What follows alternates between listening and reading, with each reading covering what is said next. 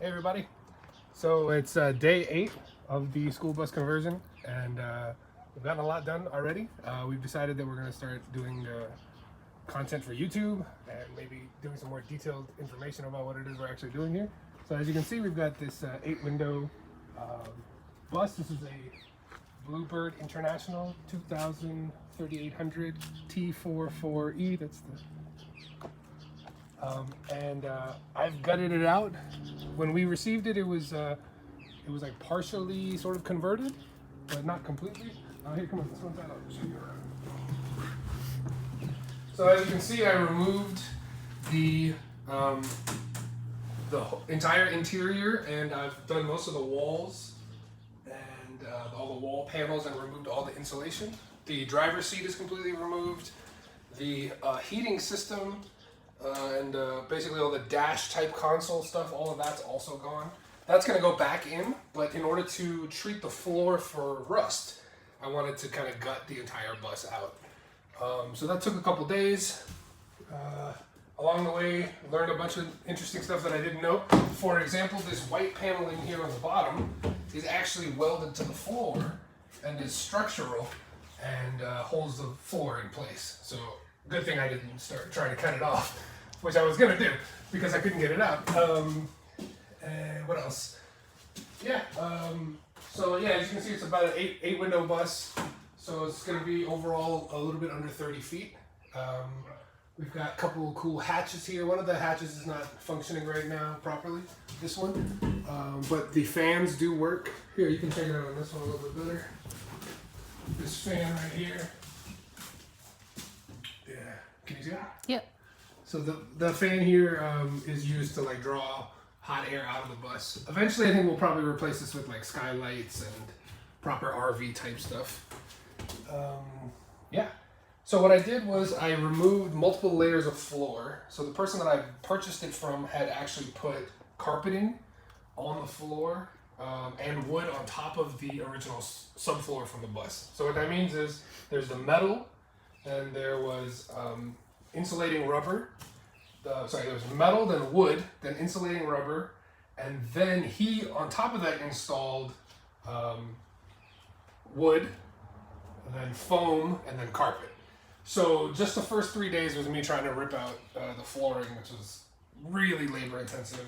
And so I didn't really have a lot of time to shoot video because I was too busy sitting there with a crowbar trying to get it all out. Yeah, so then once all of that came out, then yesterday I spent most of the day grinding all of the nails that were sticking out, leftovers. You want to show that? Yeah. Like little nails that you grinded down? Yeah, if you look super close, you can't really see them anymore. But so here, there's all these little holes where the original seats of the bus used to be mounted. And so in some instances, there were still pieces and shards of metal sticking out from there. So in order to create a flat surface, we had to use the grinder to kind of cut those away. Then I went in and I started buffing away all these little black patches here were originally really bright rust colored. And luckily for us, this is all surface rust, so that means that there's no actual structural damage. Like, you know, nothing is going through. There's no big holes in the floor that we need to patch. So what I did was I grinded them down with the grinder just to make them, to kind of get rid of the rust scale, kind of get rid of all that crust that's on the top. And I used this product called Rustex. There it is. It's made by Crud Cutter. This stuff is amazing. It's biodegradable. We're not sponsored by them. It's a Rustex rust converter, water-based and biodegradable. And what it does is it chemically changes the composition of the rust into an inert substance. I don't know exactly the chemical terms for it, but basically it goes from being rust into something that's not rust. And so I applied a coat of that last night. And as you can see, a lot of it will change color. So now it's starting to look a little bit more black, whereas it was very, very bright rust colored yesterday. I'm going to do one more coat. Is this rust right here on the wheel well? Yeah, so this actually looks like it's glue, but there may be some rust oxide kind of like mixed into the glue. Will you put the rust at? Yeah, so I'm gonna this coating I'm gonna also hit the wheel wells just to be extra safe. Why didn't you hit it initially? Because it doesn't look like it's rust. It looks like it's glue. Oh. And a lot of actually that's a very interesting point, is that a lot of the time I was going around trying to grind away rust, I was actually encountering like a rubberized silicone type material that had been dyed the color of rust. So it was hard to differentiate sometimes like what's rust and what's not. So this spot that you're standing on right here, you can see that the chemical that changes the rust actually finally took this back to its original color or close to it. This was like bright rust colored yesterday. And so at first I thought that was rust. And then when I tried to grind it, it would just smell like burning tires. So that's So how I it's would glue? Yeah, it's basically glue, and it's what they use to seal. So how did you deal with the glue? So I had to actually use a power chisel to get it out. Most people would probably use a chemical solvent like a Goo Gone or Goofalf or whatever, something, acetone. And the idea is that you basically use chemicals to break down the material. I just didn't have enough of that. I had like a little tiny bottle, and I didn't really want to be around all the fumes and stuff, so I just went the power route. And, it was just, and I got a lot of it out, but a lot of it I didn't get out, and then eventually I realized that I don't really care because it is going to get painted over, and a lot of those seals are important for keeping water out. For example, when I washed the bus, so after I did all the grinding and the whole bus was full of rust, like rust dust, you know, I had the respirator on and stuff, I went in and I used the garden hose to kind of power wash it. And the water was pooling because we were on a little slight slant. The water was pooling right in this corner, and it was actually draining through a hole in the side. So I know that I need to reseal that because of when I was demoing, I might have took some important silicone type sealing material out. So whatever it is, that silicone stuff is supposed to be there, but like here, this is just shoddy workmanship. You can see as they applied it, they totally missed it. So is this in all buses, or is this just because of the installation of the wood in the well, basically, carpet? when I would assume that all buses that are this type, you know, because there are multiple panels of metal, that you have to put some kind of sealer in between in order to stop, you know, moisture from coming through. And we want to do that down the way because if we encounter rain or snow, we don't want moisture coming up and then creating more rust. Do you want to briefly talk about what kind of bus this is? Like, Yeah, what well, climate it was made for? Yeah, it was. I guess it's a mountain bus, or it's designed. It was originally designed for school district in Idaho. That's why I purchased it in Idaho, and it has like a chain system built into it that you can flick a switch and it'll drop chains down in front of the wheels to give you added traction. It had lots of extra heating mechanisms. So there was a rear heater that I had to remove that was plumbed all the way back here. That would be to heat up the rear of the bus. And there's also a I want to say Webasto, I think is the brand name. It's like a diesel powered coolant heater that allows you to heat the bus while you're like stopped. So meaning that in order, it's like, say you were the school bus driver going to pick up the kids and you wanted to like run the heater, instead of having to turn the engine on and waste fuel, you could just turn that heater thing on and it would heat up the bus from a, you know, like not even an idle, but from a stopped engine position.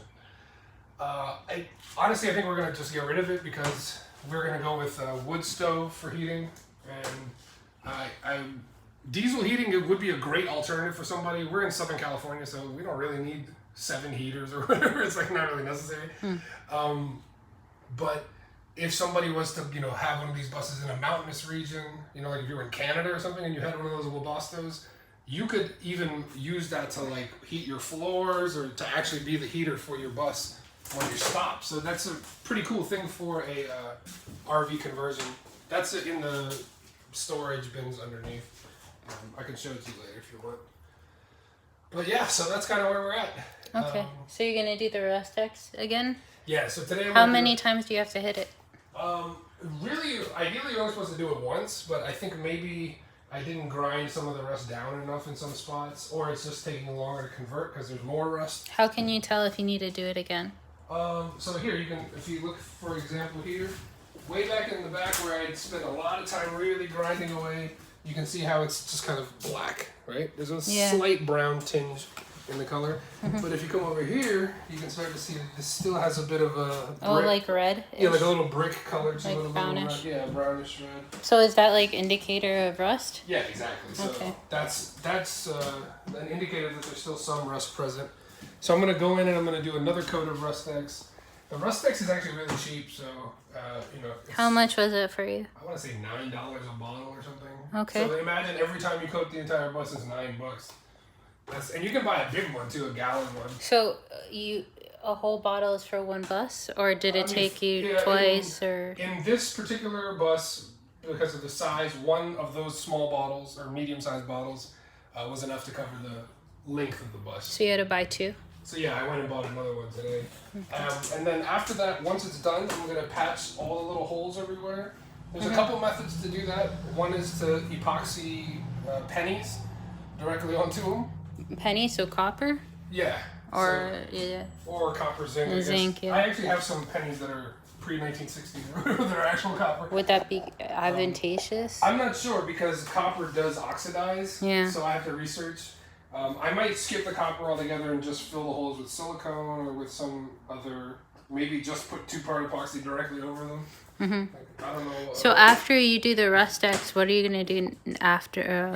Basically I do the Rustex and then we're going to wait another 12 hours or so for everything to convert. And then once everything is completely inert and I'm satisfied that there's not going to be any more rust, then I'm going to patch all the holes with some type of material, silicone or epoxy. And then once that's done, then we're going to enamel the entire floor and this subsection here. So basically enamel's going to go all the way on the walls and then up to this here.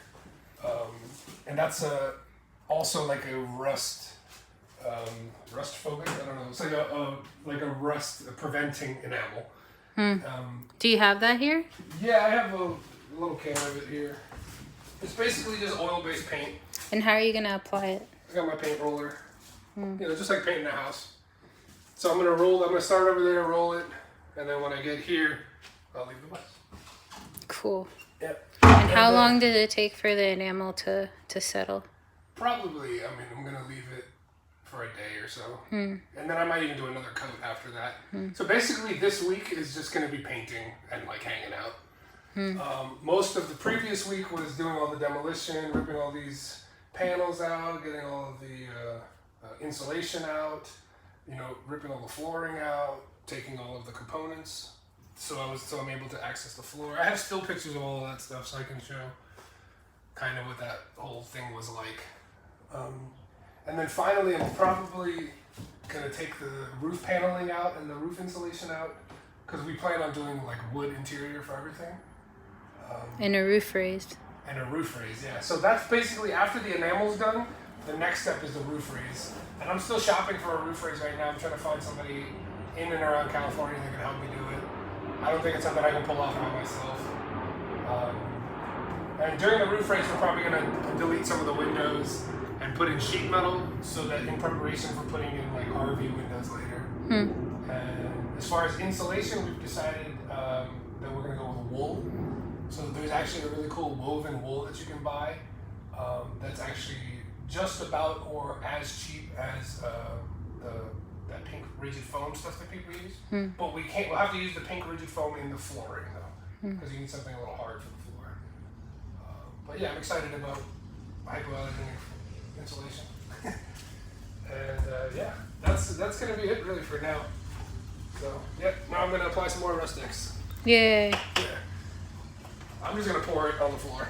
Okay. I'm sure there's a neater way of doing it, but my recycled material in the tray here is correct. So. Okay. I'm gonna go right to the spots where I think there's already a lot of rust problems. Okay. And I'm gonna hit these wheel wells too because I didn't get them on the first coat because I didn't think it needed it. This stuff is super biodegradable, non-toxic. That's another reason you should go this route. I'm doing this conversion on the sidewalk in front of my house in a neighborhood, and the last thing we want is to like. And how are people reacting to your bus? So far, everybody's been really positive. Almost, I would say, without fail, every day at least 5-6 people have come up and just been like, "Hey, what are you doing? What's going on?"